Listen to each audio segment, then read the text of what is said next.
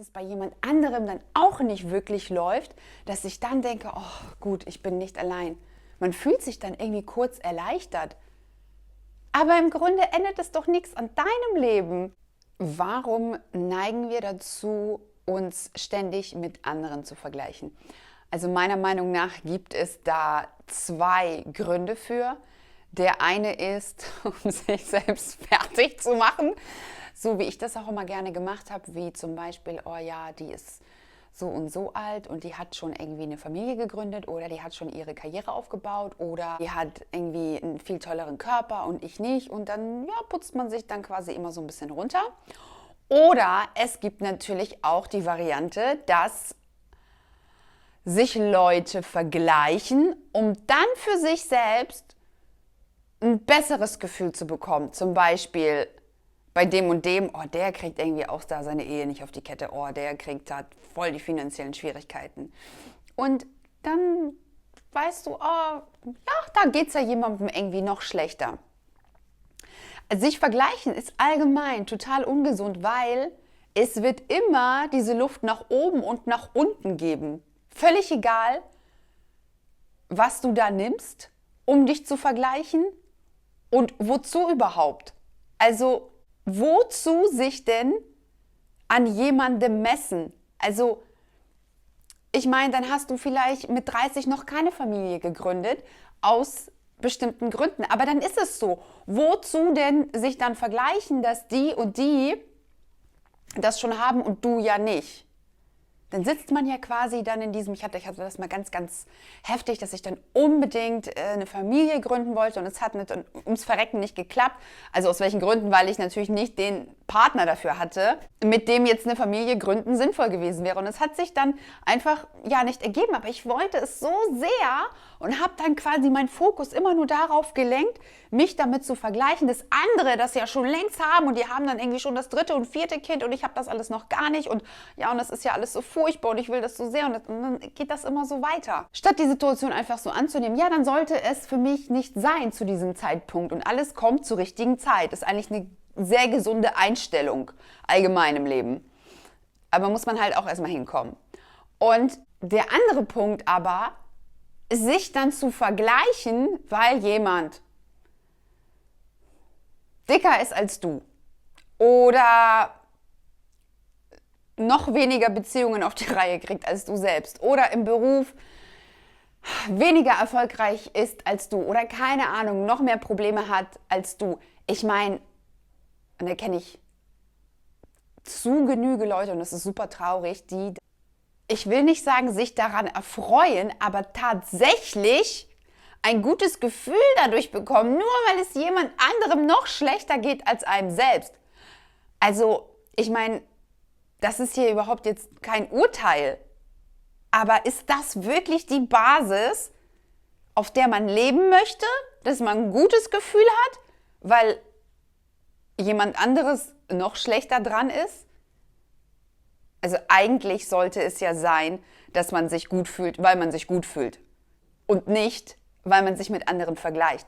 Und da ist mir nämlich aufgefallen, dass es gibt ja sehr viele Leute, die sehr viele unpassende und vor allem zu private Fragen stellen. Das kann sein, dass das irgendwo im bekannten Freundeskreis ist oder auf der Arbeit oder auch in der Familie. Und damit meine ich in der Verwandtschaft.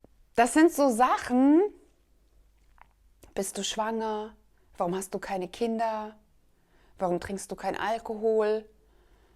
Warum dies und das? Warum hast du keinen Führerschein? Ich weiß es nicht. Es kann alles Mögliche sein.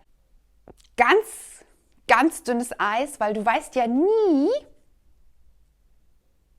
was der wahre Hintergrund dafür ist. Vielleicht löst du dann mit so einer Frage einen richtig wunden Punkt aus.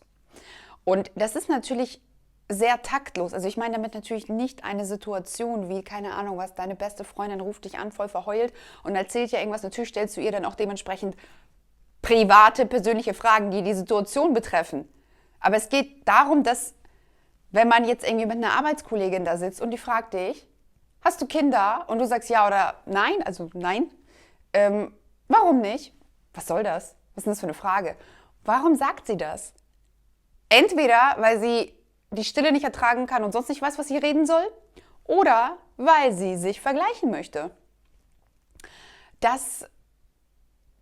habe ich mich mal selbst bei erwischt. Und zwar, das war nach dem Ende meiner Ehe. Und natürlich war ich danach, habe ich mich gefühlt wie der letzte Loser. Naja, ich meine, das ist ja genau die Zeit, wo es irgendwie dann bei allen losgeht. Hier und geheiratet, Familie gründen, Idylle und so weiter. Naja, und bei mir war es dann vorbei. Und natürlich hat das was mit mir gemacht. Vor allem, wenn du dann auch noch im Umkreis das von allen hörst und hier und da und alle sind irgendwie scheinbar happy in ihren Beziehungen und du denkst, du bist hier jetzt die Einzige, bei der es nicht läuft, was natürlich nicht der Fall ist, aber man dramatisiert das dann auch gerne so ein bisschen. Vor allem, wenn der Schmerz oder die Wunde gerade frisch ist. Und dann habe ich mich erwischt dabei, wie ich dann jemandem Fragen gestellt habe zu der Beziehung und quasi ein Gefühl der Erleichterung hatte, dass es da ja auch nicht so toll ist. Und dann habe ich mich richtig dabei ja fast erschrocken, wo ich so dachte, ja, das kann es jetzt aber nicht sein, oder? Dass ich dann dadurch, dass es bei jemand anderem dann auch nicht wirklich läuft, dass ich dann denke, oh gut, ich bin nicht allein. Man fühlt sich dann irgendwie kurz erleichtert. Aber im Grunde ändert es doch nichts an deinem Leben. Ich meine, das können sich jetzt alle schlecht fühlen. Geht es dir dadurch besser? Nein, überhaupt nicht. Und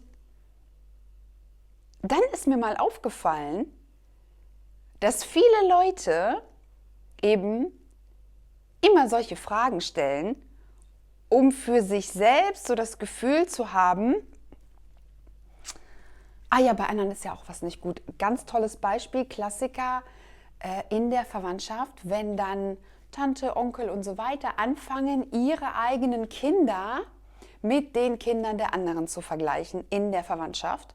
Und wenn es jetzt irgendwie, sag ich mal, das eine dann das schwarze Schaf ist, nenne ich mal, weil es dann nicht so, ja, jetzt nicht bilderbuchmäßig unterwegs ist, wo man jetzt unbedingt stolz alles rausposaunen würde, sondern weil es dann eben nicht so gut läuft an einigen Stellen oder eher schlecht. Schwierig. Ja, da spricht man dann nicht gern drüber, ne?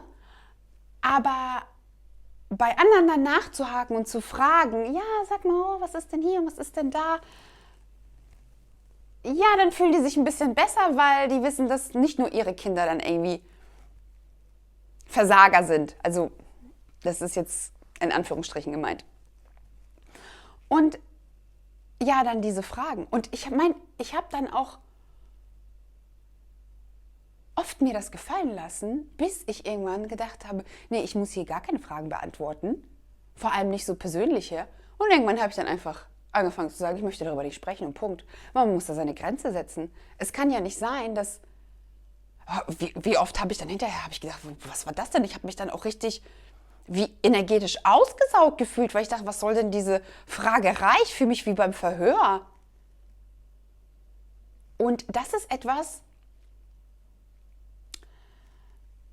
das fällt mir immer mehr auf, dass genau durch dieses Fragen, da wird ja so eine Information quasi aus dir hervorgezogen, um dann so einen Vergleich zu ziehen. Wie stehe ich denn überhaupt da? Stehe ich besser da? Und dann fühlen die sich besser, weil es ja bei dir ja auch nicht so läuft. Und dann geben sie gerne irgendwie noch einen spitzen Kommentar in deine Richtung ab und du bist dann traurig.